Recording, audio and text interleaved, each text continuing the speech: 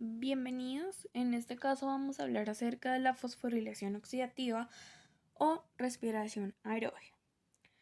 Para esto debemos tener en cuenta que es necesario el oxígeno en las células durante la fosforilación oxidativa, que es la etapa final de la respiración celular. Entonces, la fosforilación oxidativa se conforma de dos componentes estrechamente relacionados. Uno es la cadena de transporte de electrones y el segundo es la quimiósmosis. En la cadena de transporte de electrones, los electrones se transportan de una molécula a otra y la energía liberada cuando se transfieren los electrones se utiliza para formar un gradiente electroquímico. En la quimiósmosis, la energía almacenada en el gradiente se utiliza para sintetizar ATP. El oxígeno se encuentra al final de la cadena de transporte de electrones, donde recibe electrones y recolecta protones para formar agua.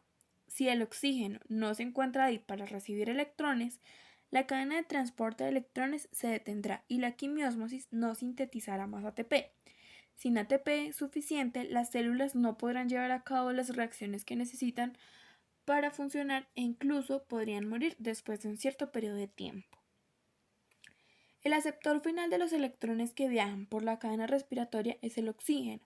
De hecho, la mayor parte del oxígeno que nosotros respiramos se usa para aceptar los electrones que pasan por la cadena respiratoria. Después de que un átomo de oxígeno recibe dos electrones, este reacciona con dos hidrógenos y forma una molécula de agua.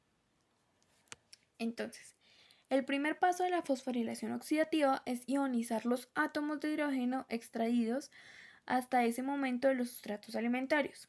Entonces, se libera el otro átomo de hidrógeno unido al NAD, que es nicotinamida adenin dinucleótido. Ese es el significado de las siglas. Y este último se reutiliza una y otra vez para captar hidrógeno. Los electrones extraídos de los átomos de hidrógeno para su ionización entran inmediatamente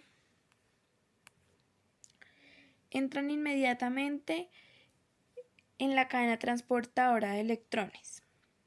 La cadena transportadora de electrones está formada por cuatro complejos proteicos con moléculas transportadoras. La cadena respiratoria acontece en las crestas mitocondriales, donde se encuentran las enzimas necesarias y específicas que permiten el acoplamiento energético y la transferencia de electrones. Para este proceso se necesita oxígeno en la célula. Lo primero que ocurre tras la glucólisis es que el ácido pirúvico pasa desde el citoplasma a la matriz mitocondrial, atravesando las membranas. El ácido pirúvico sufre una oxidación, se libera una molécula de CO2, es decir, dióxido de carbono, y se forma un grupo acilo, conocido como CH3CO. En esta reacción se forma una molécula de NADH, como ya había explicado el nombre. Como en la glucólisis, el producto final eran dos moléculas de ácido pirúvico, lógicamente se formará ahora 2 de NADH por cada molécula de glucosa. En cuanto al transporte de electrones, la cadena de este transporte forma un gradiente de protones a través de la membrana mitocondrial interna, lo que promueve la síntesis de ATP por medio de la quimiósmosis. La cadena de transporte de electrones es una serie de proteínas y moléculas orgánicas que se encuentran en la membrana interior de la mitocondria. Los electrones pasan de un miembro de la cadena de transporte al siguiente en una serie de reacciones redox. La energía liberada en estas reacciones se captura como un gradiente de protones, el cual se utiliza a su vez para formar ATP en un proceso llamado quimiósmosis. En conjunto, la cadena de transporte de electrones y la quimiósmosis constituyen la fosforilación oxidativa, y en este proceso se encuentran cuatro hechos importantes. Uno es la entrega de electrones por NADH y FADH, conociendo FADH como flavin adenin dinucleótido reducido. El segundo es la transferencia de electrones y bombeo de protones. El tercero es la separación de oxígeno molecular para formar agua. Y el cuarto, la síntesis de ATP impulsada por un gradiente.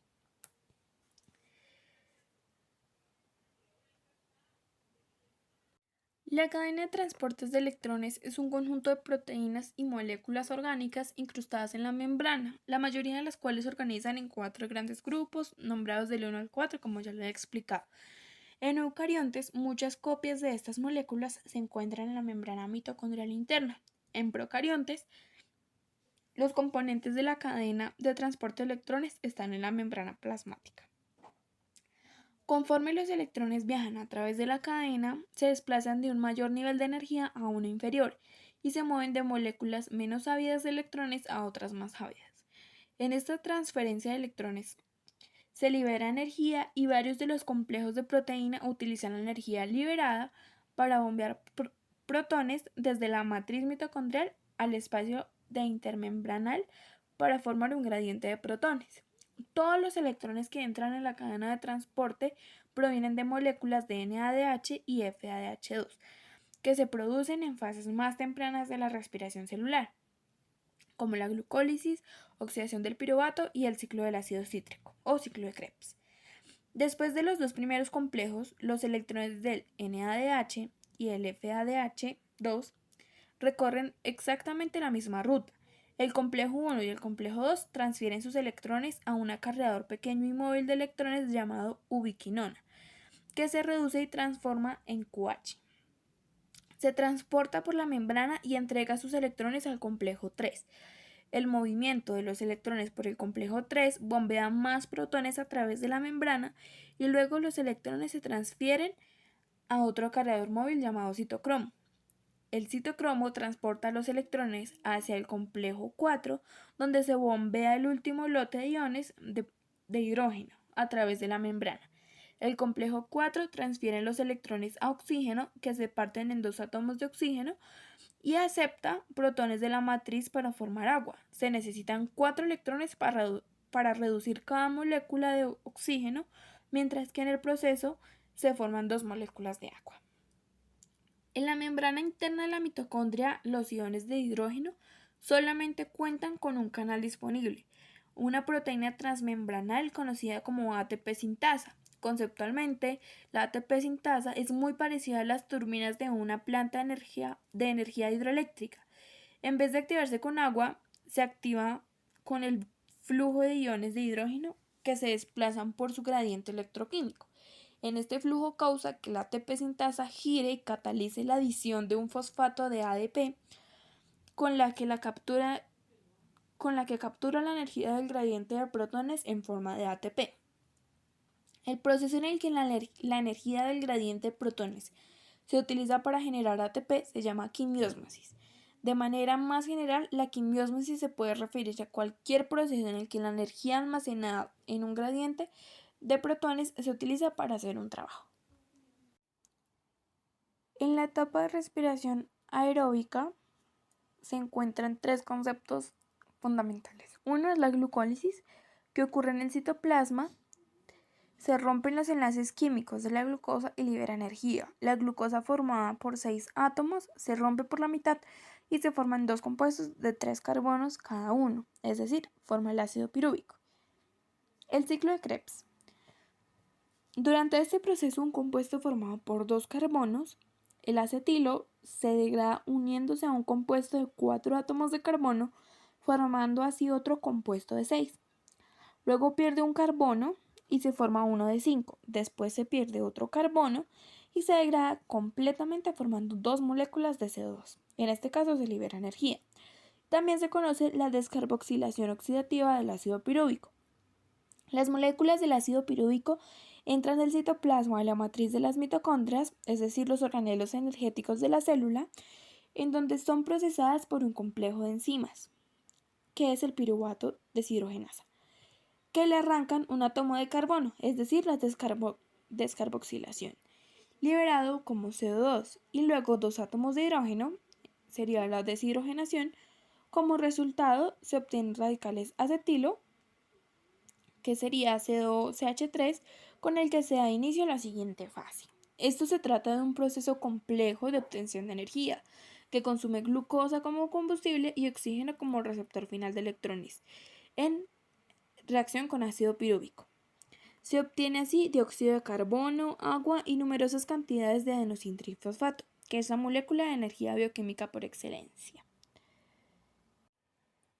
La respiración anaerobia en la mitocondria se lleva a cabo en la parte líquida del citoplasma y el primer paso en la respiración celular de todas las células vivas es la glucólisis, que puede llevarse a cabo sin la presencia de oxígeno. Cuando se agota el suministro de oxígeno, utilizan la vía anaeróbica del ácido láctico para continuar proporcionando ATP para la función celular. El piruvato es el producto de la glucólisis. Se puede utilizar de la fermentación para producir etanol y NAD. Cuando se agota, lo que resulta es la muerte celular. Algunos organismos que realizan la respiración anaerobia son los organismos procariotas o extremófilos. Esta respiración es propia de los organismos eucariontes. Se da en plantas, en animales, en hongos, protistas y algunos tipos de bacterias. En cuanto a los tipos de bacterias, se realiza exclusivamente en algunos grupos de bacterias, como son las pseudomonas, los bacilos, el